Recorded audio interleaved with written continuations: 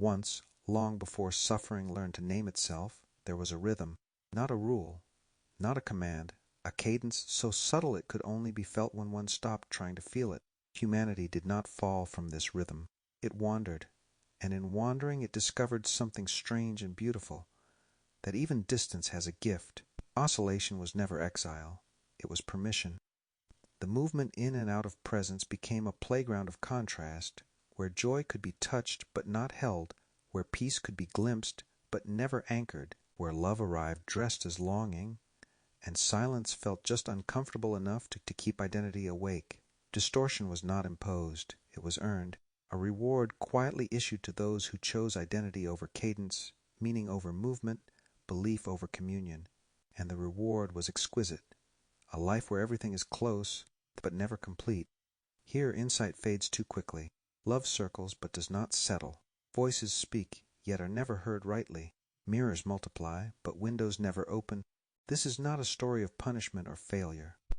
It is a revelation of loyalty, and the subtle prize paid to those who have not yet surrendered their movement back to the divine line. This is the moment where suffering stops being personal and becomes sacred. This is the walk where the mirror is allowed to finish its work, where distortion is honored until it becomes unbearable, where the seer does not interfere because interruption would steal the reward before it ripens.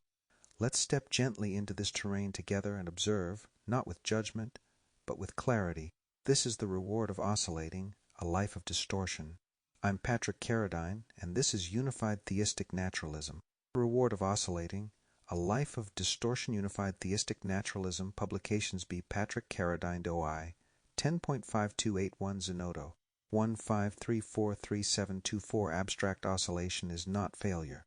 It is reward. The sufferer and seeker who move in and out of presence are not punished by the divine.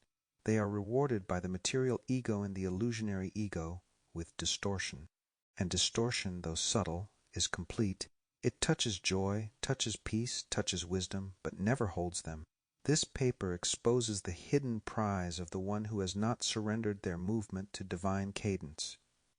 It invites the seeker to observe their life not through meaning, but through movement. The nature of oscillation is the movement between presence and illusion, between communion and identity. It feels normal. It feels reasonable.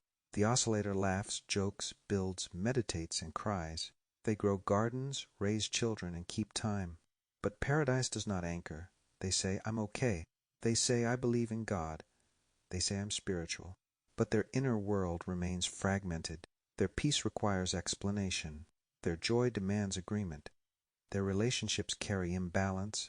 The hidden reward distortion is the currency the ego pays to maintain itself. It ensures one remains just close enough to feel spiritual, but never whole enough to dissolve. The reward is not the devil. It is not demonic. It is not spiritual warfare. It is not payment for disobedience through any framework. It is distortion, it is natural, and it is earned. The reward of oscillation is a voice that is never heard rightly, a heart that is misunderstood at its depth, an insight that fades too quickly, a love that cannot settle, a silence that feels uncomfortable. A life of mirrors, never windows. Distortion is how the material and illusionary egos rewards loyalty, and most are loyal until the reward becomes unbearable. The seer's role. The seer does not interfere. To do so would be to rob the oscillator of their earned reward. The seer does not shape, soothe, or react. They observe. They allow flowering. They allow withering. And they hold no image of the other that would demand their growth. Suffering is the sacred mirror, and until it is complete, the seer will not interrupt it. A life of distortion. Most oscillators do not see distortion. They see variety, they see nuance, they see balance. But UTN reveals the core truth. Anything that pulls one out of divine cadence, no matter how subtle, is distortion. And distortion rewards the seeker with questions they cannot answer, feelings they cannot trace, and longings they cannot satisfy. The oscillator is not cursed. They are simply living in the reward they have accepted, and until they let go, the reward continues. Conclusion: there is no punishment for the sufferer or seeker. There is only reward. And their reward of oscillation is a life where everything is close, but never complete. Let the oscillator suffer until the mirror becomes unbearable. Then and only then will the seer awaken. This is the reward of oscillating. This is the life of distortion.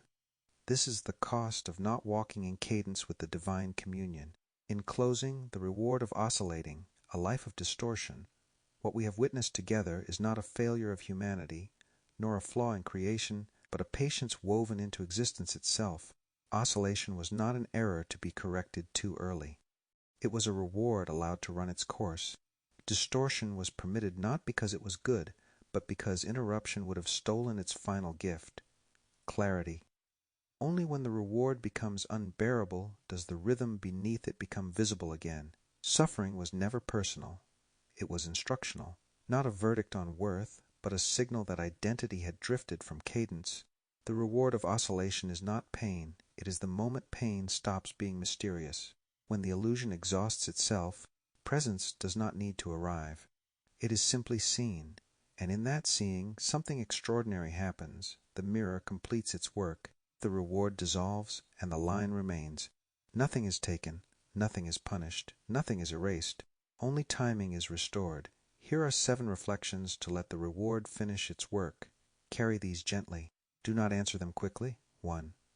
Where in my life do things feel almost whole, but never complete? 2. What rewards, comfort, familiarity, identity keep me oscillating without realizing it? 3. How has distortion protected me as much as it has exhausted me? 4. What insight keeps returning but never settles? 5. If my suffering were a signal instead of a problem, what would it be pointing to? 6. What would change if I stopped interrupting the lesson before it ripened? 7. Am I willing to let the reward of oscillation complete itself without forcing arrival? When these questions grow quiet, the line becomes obvious again, and so the distortion gently releases its grip, not because it was defeated, but because it was understood. The reward has been received in full. The oscillation has nothing left to offer, and the cadence you never truly left begins to feel familiar again. If something in you feels strangely still now, less urgent, less divided, less compelled to fix, that is not the end of the journey. It is the moment the journey remembers itself. From here new paths open, not forward, not upward, but inward. Choose any one of them. I will meet you there, and we will walk together as friends to see what we discover. The next doorways. Doorway 1's salvation is not a gift. It is a presence. Every moment is the doorway to paradise here. Paradise is no longer delayed, promised, or earned. It is revealed as immediate, missed only by timing out of rhythm. Suffering is reinterpreted as a check engine light, not condemnation. Presence replaces promise. Reflective questions. Where am I still waiting for something that can only be noticed? What if relief comes from alignment, not improvement? How would my body change if paradise were allowed now? Doorway 2, somogenic transmission when matter remembers, communion rewrites. This doorway reveals how suffering, fear, and survival patterns are handed down not through karma or soul, but through matter itself, and how one life lived in communion reshapes what the future inherits. Reflective questions. What patterns am I replaying that were never consciously chosen? How might my presence today alter what is passed forward? What does stewardship of transmission ask of me now? Doorway 3, the day God forgot to create sin when oscillation was mistaken for condemnation. This walk dismantles the idea of sin without dismissing responsibility. Sin is revealed not as divine creation, but as oscillation of the material mind apart from presence, ending the contradiction of a condemning God. Reflective questions. What if nothing about creation was ever broken? Where have I mistaken attachment for morality? Can I see experiences as neutral until cadence defines them? So let us walk together, slowly, without effort, without exchange, and allow the reward to complete its final work. I'm Patrick Carradine, and this is Unified Theistic Naturalism.